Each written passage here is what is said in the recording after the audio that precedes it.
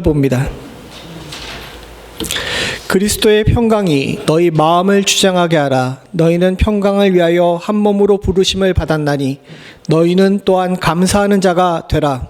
그리스도의 말씀이 너희 속에 풍성하게 하여 모든 지혜로 피차 가르치며 권면하고 시와 찬송과 신령한 노래를 부르며 감사하는 마음으로 하나님을 찬양하고 함께 읽겠습니다. 또 무엇을 하든지 말에나 일에나 다 예수의 이름으로 하고 그의 일 힘입어 하나님 아버지께 감사하라. 아멘. 제가 매년 1월 달에는 사랑하는 성도들이 1년 동안 복받는 삶을 살기를 원하여서 복에 관한 설교를 합니다. 그래서 올해도 1월 달 한 4주에 걸쳐가지고 여러분들의 복받는 삶을 원하여서 축복에 관한 설교를 했죠. 첫 번째 주에는 하나님께서 우리의 길을 인도하시기를, 우리의 길을 형통케 하시고 넓게 하시기를 위해서 여러분들과 함께 말씀을 나누고요. 두 번째 시간서부터 오늘까지 석 주에 걸쳐서 데살로니가 전서 5장에 나와 있는 여러분들이 잘 아시는 항상 기뻐하라, 쉬지 말고 기도하라, 범사에 감사하라는 말씀을 통해서 이와 같이 사는 것이 복된 삶임을 이야기하며, 지지난주에는 기뻐하는 문제에 관해서, 또 지난주에는 감사의 생활에 대해서, 기도의 생활에 대해서 함께 나눴습니다. 오늘은 이제 마지막으로 감사의 생활을 통해서 우리가 복받는 삶을 살기를 위해 함께 말씀을 나누고자 합니다. 우리가 잘 아는 이 본문, 데살로니가 전서 5장 18절에 나와 있는 이 본문의 말씀, 여러분들 다 아시죠? 위에 있는 거 한번 같이 읽어보겠습니다. 시작. 범사에 감사하라. 이것이 그리스도 예수 안에서 너희를 향하신 하나님의 뜻이니라. 우리는 사실 앞에 있는 이 범사에 감사하라는 말씀만 굉장히 집중하는 경우가 있습니다. 왜냐하면 운율상 앞에 나와 있는 항상 기뻐하라, 쉬지 말고 기도하라, 범사에 감사하라가 딱딱 맞기 때문에 그렇죠. 근데 이 세 가지 명령의 핵심이 뭐냐면 뒤에 나와 있는 18절 마지막 부분입니다. 이것이 그리스도 예수 안에서 너희를 향하신 하나님의 뜻이라는 것이 굉장히 중요해요. 근데 우리 번역은 솔직히 말하게 되면 헬라어 번역을 너무 직역을 하는 바람에 그 문맥의 뜻을 잘 이제 전달하지 못하는 조금 약점이 있습니다. 잘못 번역했다는 것이 아니라 이건 좀 번역가의 선택입니다. 근데 공동 번역에서는 이걸 좀 의역을 했어요. 의역을 하는 덕분에 이것이 어떤 의미를 가지고 있는지를 잘 우리들에게 전달을 해주는 부분이 있습니다. 우리 공동 번역 밑에 한번 보시기 바랍니다. 같이 봅니다. 시작. 어떤 처지에서든지 감사하십시오.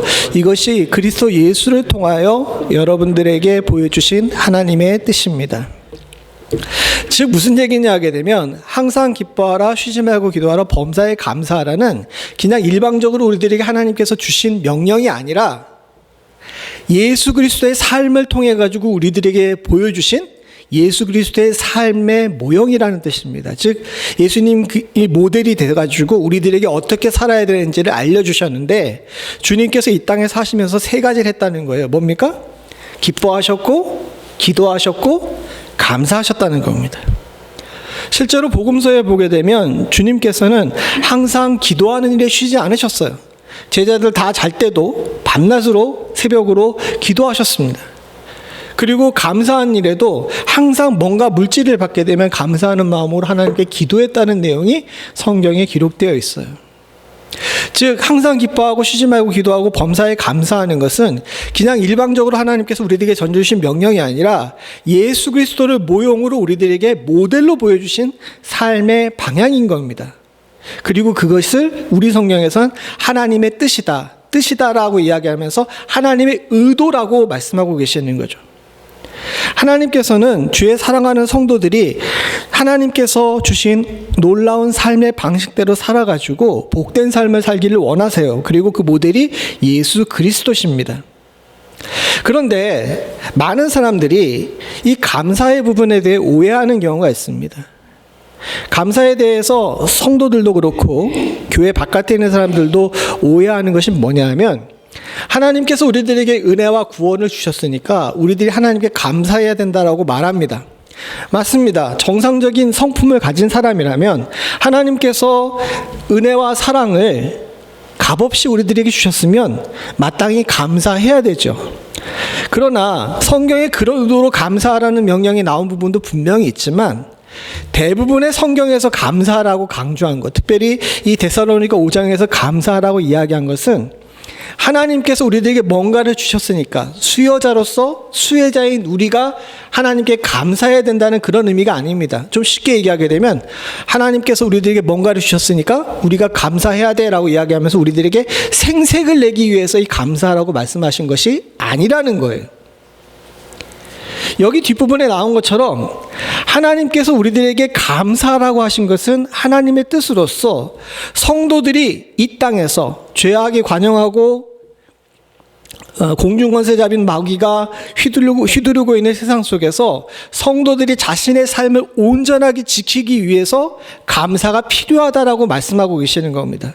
즉 감사는 하나님께서 우리들에게 뭔가를 주셨기 때문에 나도 하나님께 뭔가를 드려야지라는 의미에서의 감사가 아니라 이 땅에 사는 성도들이 이 땅을 잘 살 수 있는 방패이자 무기로서 우리들에게 주신 것이 감사라는 거예요. 그리고 오늘 우리가 함께 읽었던 골로새서 3장에 나와 있는 말씀은 이 감사가 우리의 삶에 어떤 무기가 될 수 있는지를 우리들에게 설명해 준 것이라고 할 수 있습니다. 함께 이 말씀을 나누면서 왜 우리가 감사의 생활을 해야 되는지, 그리스도인이기 때문에 하나님께 그냥 무지성적으로 자동적으로 감사해야 되는 것이 아니라 이 감사가 실제적으로 나의 삶에 어떤 무기가 되는지를 알아서 올 한 해 여러분들이 감사를 무기 삼아 복된 삶을 사실 수 있는 축복이 있기를 간절히 소원합니다. 첫 번째 우리들이 알아야 될 것이 있는데요. 감사하는 생활은 우리의 존재를 지킵니다. 이건 굉장히 중요한 일입니다. 사실은 이것이 수학처럼 명료하게 간단하게 나오는 것이 아니라 잘 이해를 못하고 쉽게 넘어가는 경우가 있는데 오늘날 세상에 많은 사람들이 정신적인 질병을 앓습니다. 특별히 한국에 요즘 많이 겪는 정신병이 뭐냐면 우울증, 공황장애 같은 것이잖아요. 근데 우울증, 공황장애의 공통적인 특징이 있어요. 우울증, 공황장애 공통적인 특징이 뭐냐면 자신의 삶을 불안하게 여긴다는 겁니다. 내가 아무리 가져도 아무리 많은 것을 누려도 자신의 삶을 불안하게 여기게 되면 공황장애나 우울증이 우리 가운데 온다는 거예요. 우리는 생각할 때 우울증 걸린 사람들은 삶에서 실패한 사람들이 우울증 걸리거나 또는 잘 나가다가 갑자기 망한 사람이 공황장애 걸린다고 생각하는데 실제로는 그렇지가 않습니다. 쭉 보게 되면요, 통계적으로 보게 되면 그들의 환경과 처지와는 관계없이 또 그들의 성장 배경과는 관계없이 이 사람이 지금 자기 자신을 어떻게 생각하는지에 따라 가지고 정신적인 상태가 결정되는 경우가 많다라 그래요. 즉 무슨 얘기냐 하게 되면 아무리 가난하고 연약하고 부족하고 소위 말해서 한국에서 말하는 흙수저라 할지라도 자신에 대해서 자신감이 있고 내가 뭔가 해보겠다는 의지가 있게 되면 쉽사리 그렇게 공황장애나 우울증에 걸리지 않는다는 거죠. 반대로 아무리 부유하고 성공한 사람이라 할지라도 내가 지금 있는 위치가 불안하고 내가 언제 어떻게 될지 모른다고 생각하게 되면 그래서 자신의 자존감이 떨어지게 되게 되면 쉽게 공황장애가 오고 우울증이 와서 결국은 자살에 이르는 경우가 많게 된다는 겁니다. 그런 면에서 볼 때에 우리가 현대인이 앓고 있는 정신적인 질병 또 여기 현재 사회가 겪고 있는 여러 가지 혼란 가운데서 우리가 강건하게 서기 위해서는 나 자신이 단단해야 될 필요가 있다는 것을 알 수가 있죠. 그죠? 그것이 오늘 골로새서 3장 15절에 이야기하고 있는 본문에 나옵니다. 15절 같이 한번 읽어보죠. 시작. 그리스도의 평강이 너희 마음을 주장하게 하라. 너희는 평강을 위하여 한 몸으로 부르심을 받았나니 너희는 또한 감사하는 자가 되라. 저 본문에서 말하고 있는 말씀을 잘 생각해 보십시오. 우리는요, 그리스도의 평강이 우리 마음을 주장해야 돼요. 그래야지 마음이 불안하지 않고 우리가 강건한 마음으로 우리 마음을 지킬 수가 있습니다. 근데 이 평강이 어디서 오느냐? 평강이 어디서 온다라고 이야기를 하고 있어요. 너희는 또한 감사하는 자가 되라는 거죠. 저 본문에서는 평강이 우리를 주장하고 우리의 마음을 붙들어야 되는데 이 평강이 어디서부터 오냐? 감사로부터 온다고 명료하게 이야기하고 있는 것입니다. 그렇습니다. 사랑하는 성도님들, 우리는 건강한 삶을 살기 위해서 반드시 우리의 마음속에 감사를 품어야 될 줄로 믿습니다. 감사는 우리를 평강하게 만듭니다. 하나님께서는 당신이 부르신 성도들이 평강하기를 원하세요. 당신의 부르심을 받은 성도들이 평강한 가운데 마음을 지키시기를 원하는 겁니다. 그런데 평강이 마음을 주장하고 이 평강은 감사로부터 나온다라고 말씀하셨는데, 과연 우리는 감사하는 마음으로 평강을 통해서 우리의 마음을 주장하게 하고 있느냐는 거죠.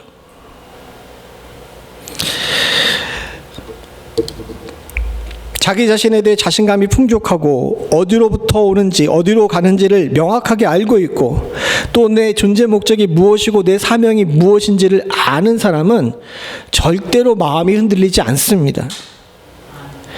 사실 평강이라는 것은 많은 사람들이 생각할 때 우리 통장에 많은 숫자가 찍히면 평강할 거라고 생각을 해요. 실제로 그렇습니까? 여러분들 통장에 막 100만 불, 200만 불, 1000만 불 이렇게 찍혔으면 여러분 평강할 것 같아요? 아멘도 나왔습니다. 저는 그래 보지 못해서 잘 모르겠는데 숫자가 높게 찍히면 평강한 경우도 있다고 해요. 제가 그런 걸 무시하는 것은 아닙니다. 그러나 사랑하는 성도님들, 그런 평강은 굉장히 휘발성이 강하고 일회적이에요. 제가 언젠가도 한번 예화를 들었는데, 한창 그 코로나 때 경제적으로 어려웠을 때 월가에서 아주 유명한 사람이 자신의 사무실에서 창밖으로 몸을 던져 투신해서 자살했습니다. 근데 자살했던 이유가 뭔지 아십니까? 원래 제 재산이 18억이었는데 이 코로나 때문에 이 재산이 11억으로 줄었다고, 7억 날렸다고 창밖으로 몸을 던져서 자살했어요. 그 사람 통장에 지금 얼마가 남아있는데? 나는 꿈도 상상도 못할 돈에 찍혀있는데 그 7억 잃은 것 때문에 몸을 던지고 나가요. 왜 그럽니까? 마음을 지키지 못했기 때문에 그래요. 평강의 마음을 주장하지 못했기 때문에 그런 일이 벌어지게 됩니다. 현대인의 가장 큰 착각 중에 하나가 무엇이냐면, 내가 가지고 있는 뭔가 쥐고 있는 것으로 통해 가지고 평강을 살 수 있다라고 생각하는데, 성경은 그렇게 얘기하지 않아요. 주님께서는 성경을 되게 분명히 얘기하십니다. 내 마음에 평강이 들어오는 것은요, 감사를 통해서 된다는 거예요. 이것을 어떻게 알 수 있냐 하면요, 성경에서도 이런 경우가 있죠. 아주 대표적인 사람이 욥입니다. 욥은 다 아시는 것처럼 여러분들 굉장히 어려운 일을 겪었어요. 그가 가지고 있던 여러 많은 복들을 한 번에 다 잃었습니다. 더 큰 문제는 뭐냐면 그가 그 복을 잃을 만한 그 어떤 행동도 하지 않았다는 거예요. 만약에 내가 뭔가 죄악을 저질렀거나 내가 어떻게 잘못 판단했거나 내가 뭔가 다른 의도를 가지고 있었다가 그런 일이 생겼으면 원인이 어디 있는지를 알아가지고 그 원인 때문에 그런 거지라고 하면서 분석이라도 할 수 있는데, 정말 욥은 뜬금없이 갑자기 아무 일도 안 했는데 선하게 살고 있고 하나님 앞에 온전하게 살아서 하나님 또한도 의인이라고 얘기하는 그 상태에서 그런 일을 겪었어요. 그런 일을 겪었을 때 1장부터 3장까지를 보게 되면 욥의 심리 상태가 변하는 것을 보여주게 됩니다. 1장의 욥과 3장의 욥이 좀 달라요. 1장의 욥은 어려운 일 당했습니다. 그때 욥이 뭐라고 얘기했냐면 1장 21절 뭐라고 얘기합니까? 같이 봅니다. 시작. 이르되 내가 모태에서 알몸으로 나왔은즉 또한 알몸으로 그리로 돌아가리라. 주시니도 여호와시오 거두시니도 여호와시니 여호와의 이름을 찬송을 받으실지어다 하고, 그리고 안 읽었지만 22절에 보게 되면 하나님께 예배하는 나음이 나옵니다. 굉장히 어렵고 힘든 일을 겪었지만 욥이 하나님께 예배하고 감사한 일을 놓치지 않았어요. 그러다 보니까 자식을 잃고 재산을 잃었음에도 불구하고 굉장히 담담하죠. 평강이 그의 마음을 주장하고 있는 겁니다. 그런데 2장과 3장, 특별히 2장에 보게 되면 이제 갈등이 생기게 되는 거예요. 잃어버린 것들로 인해서 와이프와 싸우게 되고, 또 스스로 생각해봐도, 아무리 제 위에 앉아서 생각해봐도 내가 왜 이런 일을 겪었는지를 잘 모르게 되는 거예요. 그러니 점점 그 안에 감사의 마음이 사라지고 불평하는 마음들이 생깁니다. 그냥 가만히 놔뒀으면 좋았을 텐데 옆에서 와가지고 너 뭔가 잘못했지 이러니까 굉장히 그 일에 대해 짜증이 올라온 거예요. 그러다 보니까 그의 마음에 감사가 사라지게 되죠. 그러니까 3장 11절에 어떻게 변하냐면, 같이 봅니다. 시작. 어찌하여 내가 태어나서 죽어 나오지 아니하였던가. 어찌하여 내 어머니가 해산할 때에 내가 숨기지 아니하였던가. 가장 대표적인 본문을 꼽았지만 3장 1절에서부터 쭉 내용이 뭐냐면 자기 생일을 저주하는 내용이에요. 왜 1장서부터 3장 사이, 곧 짧은 2장 사이에 이런 일이 벌어졌을까? 딱 한 가지 차이입니다. 똑같이 고난을 당했지만 1장에서 욥은 그래도 감사할 줄 아는 자세를 가지고 있었어요. 그러니까 평강이 그의 마음을 주장할 수가 있었죠. 자존감을 잃지 않을 수 있었습니다. 무엇보다도 우리를 지킬 수가 있었어요. 나 자신을 지킬 수가 있었어요. 그런데 3장의 욥은 그 2장 사이에 감사를 놓쳐버린 겁니다. 그러고 났더니 내가 왜 태어났지? 내 존재가 왜 필요하지? 어머니가 날 태어나지 않게 했으면 좋았을 텐데 라고 하면서 삶에 대한 부정이 일어나게 되는 겁니다.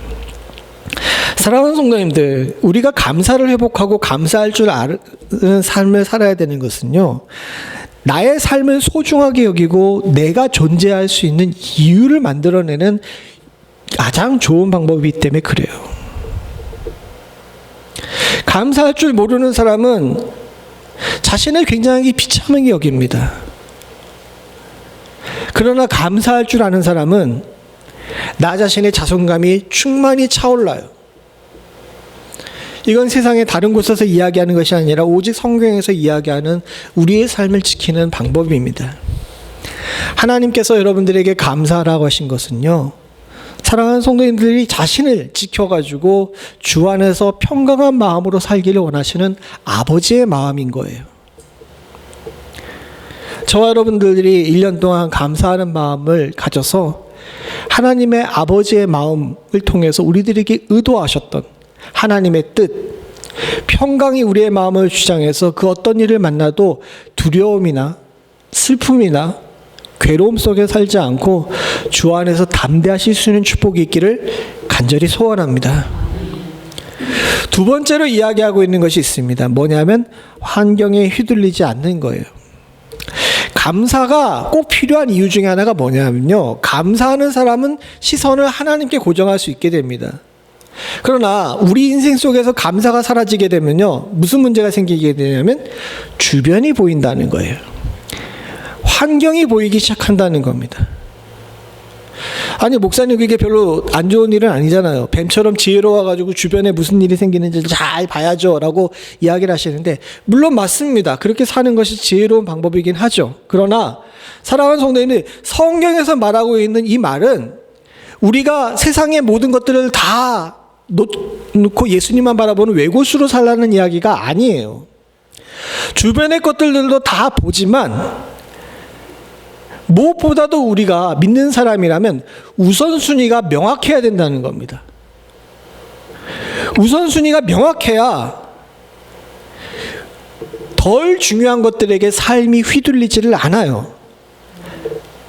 그런데 이렇게 우선순위가 명확하게 살 수 있게끔 만드는 방법이 있는데, 그것이 뭐냐 하면 하나님의 말씀 가운데서 감사하는 겁니다. 같이 보죠. 16절입니다. 시작.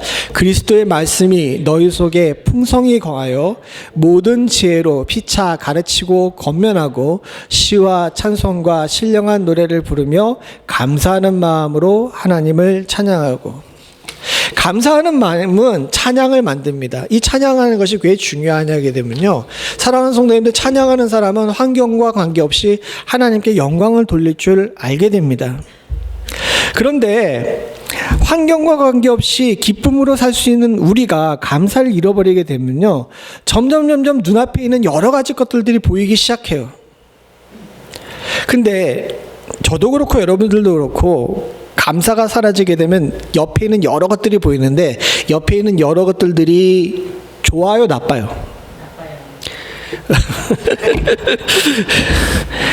맞습니다. 나빠요. 주변의 환경이 보이기 시작하게 되면요, 공통적으로 인간에게 드러나는 특징이 두 가지가 있는데 뭐냐면 두려움에 휩싸이거나 분노하게 됩니다. 대표적인 예로 베드로를 보죠. 베드로가 배 위에서 잠을 자다가 풍랑 속에서 걸어오신 예수님을 봤습니다. 그 예수님께서 걸어오시는 모습을 보면 많은 사람들이 막 놀랐어요. 이게 유령이다 막 하면서 난리가 났습니다. 그런데 그런 중에서도 예수님께서 놀라지 말라라고 이야기하셨는데 그때 베드로가 욕심이 나죠. 어떤 욕심이 났습니까? 나도 주님처럼 하고 싶습니다 라는 욕심이 생긴 거예요.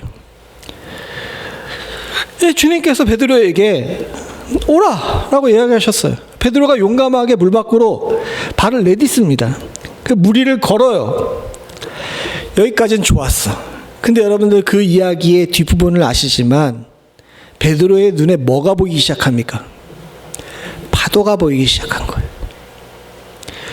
주님께로 눈을 고정했을 때에는 환경에 휘둘리지 않고 그가 능력을 행할 수 있었지만 주님께로부터 시선을 띄고 주변을 보기 시작하니까 그는 두려움에 휩싸여 가지고 물에 빠지게 됩니다. 성경의 말씀 그대로예요. 두려움에 빠져 물에 빠졌습니다. 우리도 마찬가지예요. 사랑하는 성도님들, 우리가 하나님을 온전히 바라보고 믿음 가운데 살게 되고 환경을 부차적인 문제를 이기게 되면 이런 것들에게 휘둘리지 않고 두려움 속에 빠지지 않습니다. 그러나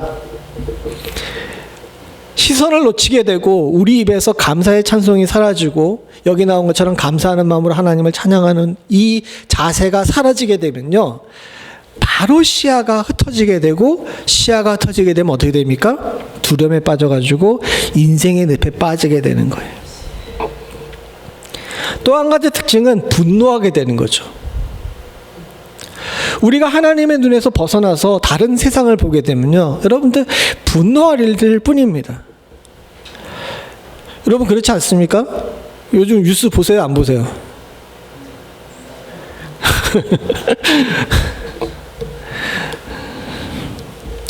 세상을 보면 화날 일이 넘쳐납니다. 근데 물론 세상을 보면서 그렇게 화도 내고 그래야 될 필요가 있어요. 그러나 사랑하는 성도님들, 그것이 우리를 지배하지 않게 해야 할 줄로 믿습니다. 이게 굉장히 중요해요. 동일한 의미에서 사도 바울이 로마서에도 동일한 말씀을 하십니다. 로마서 1장 21절부터 23절 같이 봅니다. 시작.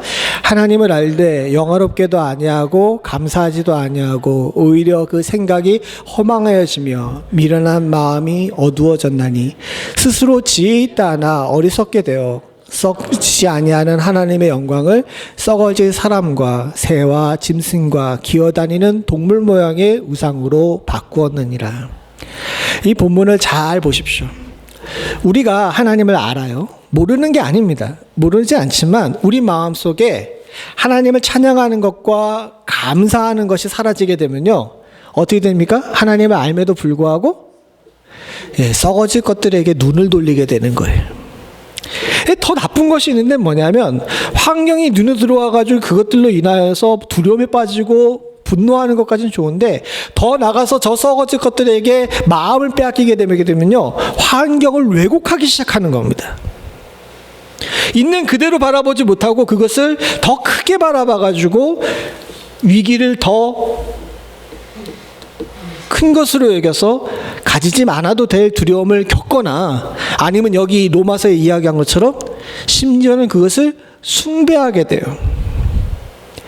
인간은 누구나 다 신의식이 있습니다. 누군가를 존경하고 누군가를 사랑하고 누군가를 섬기기를 원해요. 이것을 철학적 용어로 신의식이라고 그러는데 이 신의식은 제대로 되게 되면 굉장히 건강한 겁니다. 그래서 우리가 하나님을 알 수 있게 되는 거예요. 사도 바울도 아테네에서 설교할 때 이 부분에 대해서 이야기를 하면서 너희가 알지 못하는 신을 섬기는 것에 관해 이야기를 하며 신의식에 관해서 이야기를 했잖아요. 이 인간이 가지고 있는 기본적인 신의식이 건강한 방향으로 발현돼 가지고 하나님을 섬기게 되게 되면 아주 건강한 모습이 되지만 여기 나온 것처럼 감사하지도 아니하고 영화롭게도 아니해서 이 신의식이 오염되기 시작하게 되면요, 엉뚱한 방향으로 이것이 흘러들어가서 여기 23절에 나온 것처럼 우상을 숭배하게 되는 거예요.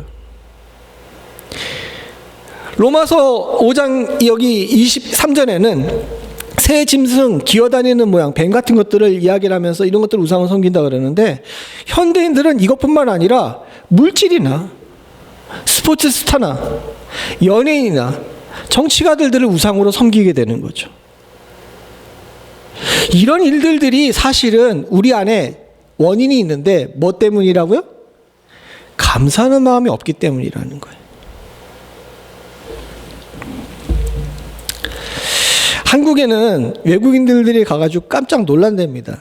밤중에 남산에서 서울 시내를 보게 되면 깜짝 놀란대요. 왜 깜짝 놀라는지 아십니까? 예? 예, 십자가가, 빨간 십자가들이 도시의 공동묘지가 아니냐고 막 이런 얘기를 한다 그래요. 실제로 한국에는요, 교회 숫자가 얼마나 되는지 아십니까? 2022년 통계인데 한국의 교회 숫자가 얼마 정도 되는 것 같아요? 생각보다 안 많아요. 5만 개 정도 된다 그래요. 5만 개 정도. 그런데 동일한 시점에 또 다른 통계 자료가 있는데, 한국의 무속인 숫자가 몇 명이나 될 것 같습니까? 무속인 숫자가, 무당, 박수 같은 사람들, 점집하는 사람들 찍어보세요. 1, 10만, 2, 20만, 3, 30만, 4, 40만. 40만? 30만이랍니다. 한국에 교회가 5만 개나 있어가지고 많은 외국인들이 한국에 왜 이렇게 교회가 많냐 이런 얘기를 하는데, 실제로 들여다보게 되게 되면 무속인 숫자가 30만이나 된다 그래요. 기억하실는지 모르겠지만 저도 아주 어린 시절이라 잘은 모르지만 제가 항상 성장할 때도 그랬어요. 박정희 대통령 때 미신 타파 운동이라고 여러분 혹시 기억하십니까? 연세 드신 분들은 아실 텐데, 아예 국가에서 정책적으로 이것은 국가를 근대화하는 일에 안 좋은 일이라고 해가지고 박정희 대통령 때 미신 타파 운동에서 박수, 무당 같은 사람들을 환속시켰습니다. 그래서 한때는 한국에 무당 찾기가 굉장히 어려웠어요. 근데 어느 순간인가 이렇게 많아져가지고 무속인 숫자가 30만, 지금은 더 많아졌겠죠. 심지어 요즘 어떤지 아십니까?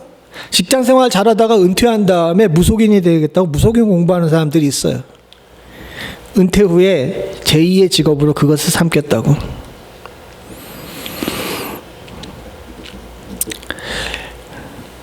신내림을 받으면 곳곳에 깃대를 세웁니다. 여러분들은 아시는지 모르겠는데, 깃발에다가 이렇게 알록달록한 천으로 해가지고 깃대 세워요.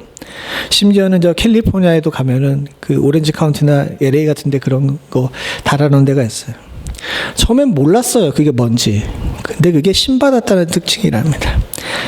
한마디로 얘기해서 지금 서울 시내에는요, 빨간 십자가 등보다 그 깃대가 훨씬 더 많다는 거예요. 가정집 곳곳에. 왜 그렇게 됐을까요? 소위 말해서 한국의 많은 사회적 문제 중에 가장 큰 문제가 있는데, 그게 뭐냐면 사람들이 점점 감사하는 마음을 잃어버리고, 심지어는 믿는 자들까지 감사하는 마음을 잃어버리고, 한국을 가르쳐서, 대한민국을 가르쳐서 헬반도니, 헬조선인이라고 얘기하면서 불평하고 원망하고 분노하기 시작했기 때문에 그런 일들이 벌어지게 됩니다. 이건 믿는 자들이 잘못한 거예요. 세상이 감사하지 못할 때 우리가 감사했어야 되는데 사실 그러지 못하잖아요. 이건 다른 사람을 탓할 일이 아니라 이번 주에 제가 경험한 일입니다. 제가 기도 제목을 받고 기도하는데, 성도들의 기도 제목 가운데 뭐 감사하자는 내용도 있지만 뭐 원한다 이런 걸 많이 적어놨잖아요. 그러다 보니까 하나님 이것도 주셔야 되고 저것도 주셔야 되고 이렇게 기도를 합니다. 하다가 보니까 내 마음에 불평이 올라오기 시작하는 거예요. 하나님, 이 집은 조금 더 주셔도 되지 않냐고.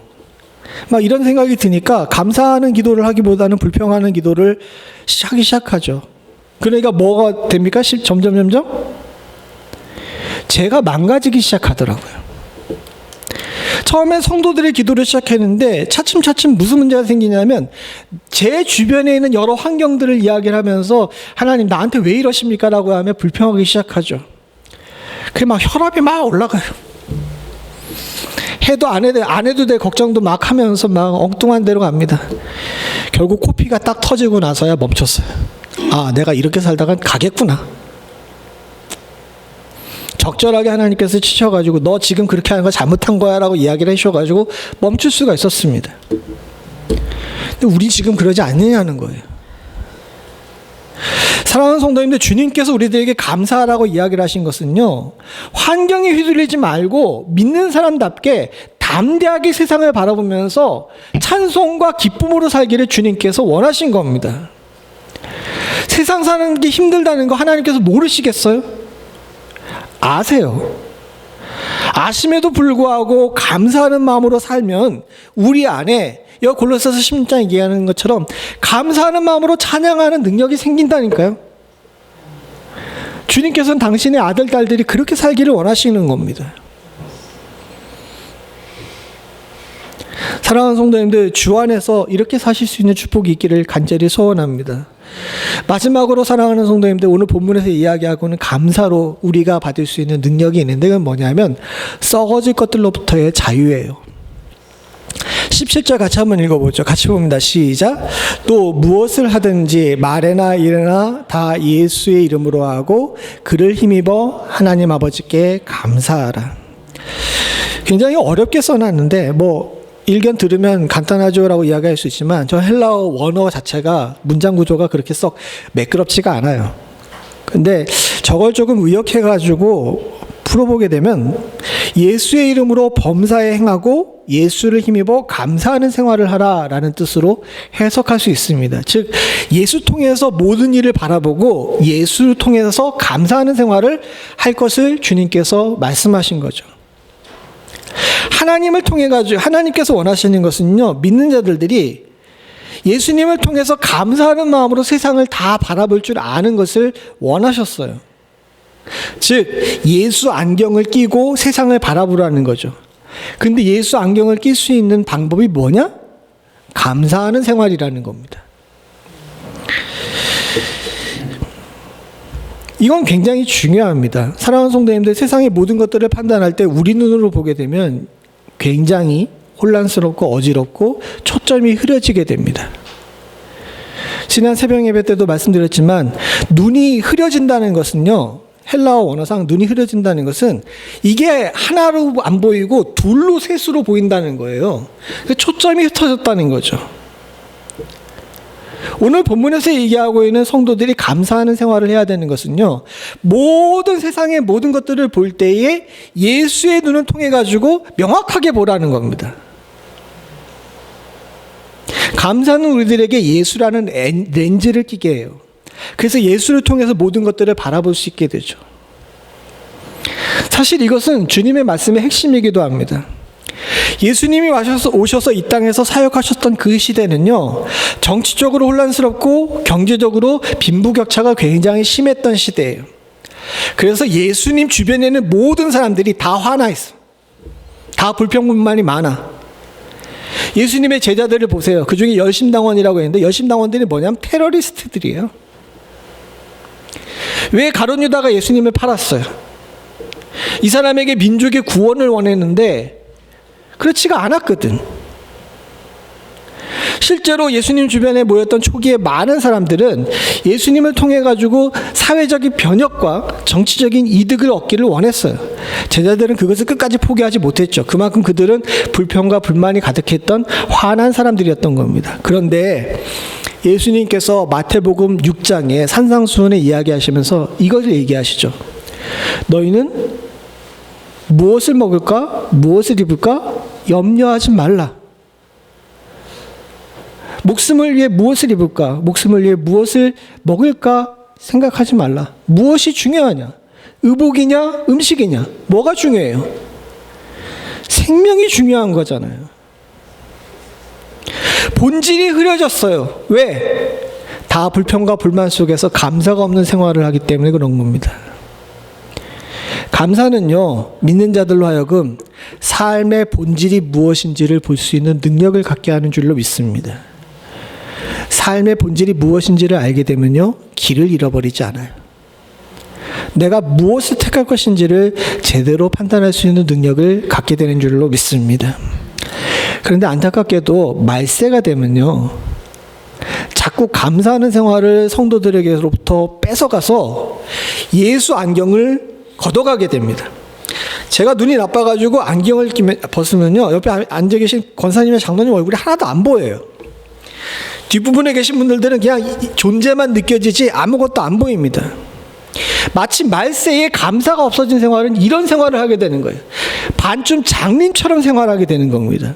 이렇게 되게 되면 무슨 일이 벌어지는지에 대해서 데살로니가전서 3장 1절부터 5절에 이렇게 얘기하고 있습니다. 디모데후서 1장 1절부터 5절, 3장 1절부터 5절입니다.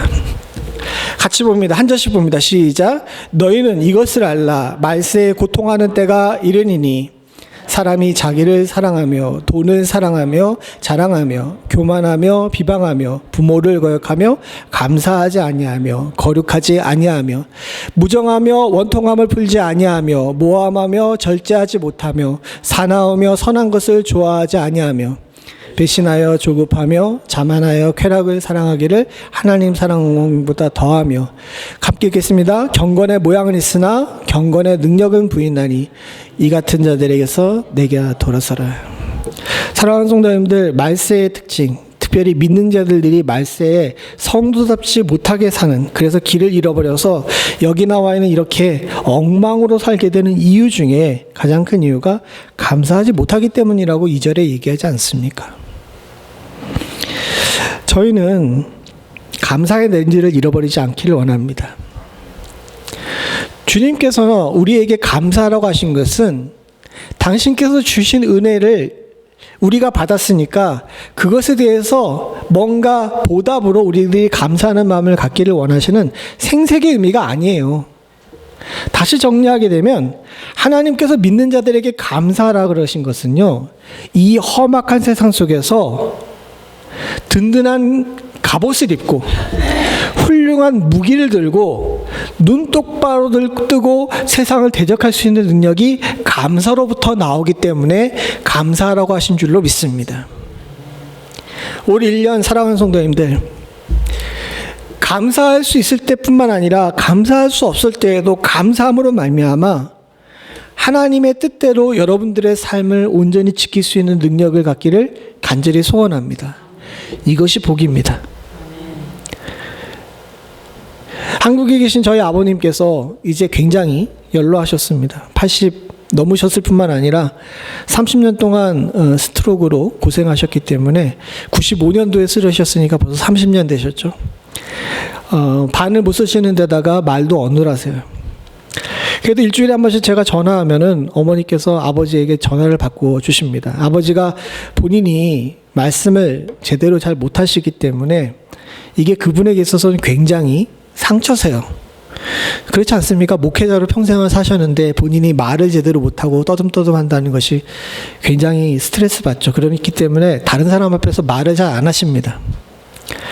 그래도 미국에 있는 아들이 전화를 해가지고 아버지 안부를 물으니까 아버지께서 저한테는 화난 목소리로 말씀을 해주시는데, 몸이 오랫동안 망가셨기 때문에 이제 잘 들리시지도 않아요. 제가 큰 소리로 얘기해도 못 알아들으셔서 어머니가 중간에 통역을 해주셔야 됩니다. 그런데 그렇게 짧게 몇 마디 안 하는 통화를 하는데 아버지께서 제기하는 통화 내용 중에 거의 대부분은 뭐냐 하면 감사합니다, 감사합니다. 처음엔 잘 이해가 가지 않았어요. 몸이 불편해서 자기 한 몸도 제대로 못 가누시는데 그냥 웃는 목소리로 아들에게 존댓말을 써가면서 왜 감사합니다, 감사합니다라고 이야기하실까라고 생각을 해봤습니다. 근데 시간이 지나고 나서 왜 아버지가 감사하셨는지를 그걸 알게 됐어요. 아버지는 아들이 멀리서 전화했기 때문에 감사하는 것이기도 하지만 제가 깨닫기는 아버지는 자신을 지키고 싶어서 감사하시는 거라는 걸 깨달았습니다. 사랑하는 성도님들, 어떻게 보게 되면 인간이 존엄을 지킬 수 있는, 성도로서의 존엄을 지킬 수 있는 방법이 감사하는 건지도 몰라요. 시대가 어둡고 악하다고 이야기합니다. 내일을 알 수가 없다 그러고 경제적으로도 더 어려워질 거라고 이야기하죠. 그렇다고 여러분들, 성도로서의 자존심과 인간의 존엄을 포기할 것입니까? 우리는 절대로 그렇게 살아서는 안 되는 줄로 믿습니다. 성도로서 하나님께서 지으신, 생기를 불어넣으신 특별한 피조물로서 우리는, 사랑하는 성도님들, 감사로서 우리 스스로의 존엄을 지킬 줄 아는 지혜를 가져야 될 줄로 믿습니다. 그 능력이 우리 가운데 있기를 간절히 소원합니다. 같이 기도하시겠습니다. 하나님 아버지, 감사가 무엇인지, 왜 주께서 우리들에게 감사를 하셨는지 다시 한번 말씀을 통해서 우리로 깨닫게 하심을 감사드립니다. 감사야말로 우리가 성도되게 하는 것이고, 감사야말로 우리가 세상을 이길 힘이며, 감사야말로 우리로 온전하게 세상을 바라볼 수 있는 능력임을 다시 한번 깨닫게 하신 은혜에 감사드립니다. 아버지 하나님, 주의 사랑하는 성도들, 특별히 부족한 종에게 평생에 감사할 줄 아는 지혜를 갖게 하여 주시사, 하나님의 뜻대로 우리가 평강의 마음을 가질 수 있도록 주님 도와주시옵고, 찬송의 입을 가질 수 있도록 주님 도와주시며, 세상을 바로 볼 줄 아는 눈을 가질 수 있는 축복을 허락하여 주시사, 아버지 하나님, 이 험악한 세상 속에서 주의 사랑하는 성도들이 온전한 복 가운데 복된 길 걸어갈 수 있도록 주님 도와주시옵소서. 주께서 주신 바 놀라운 은혜가 우리의 감사 속에 역사할 줄로 믿고 모든 말씀 예수님의 이름으로 간절히 기도드립니다. 아멘.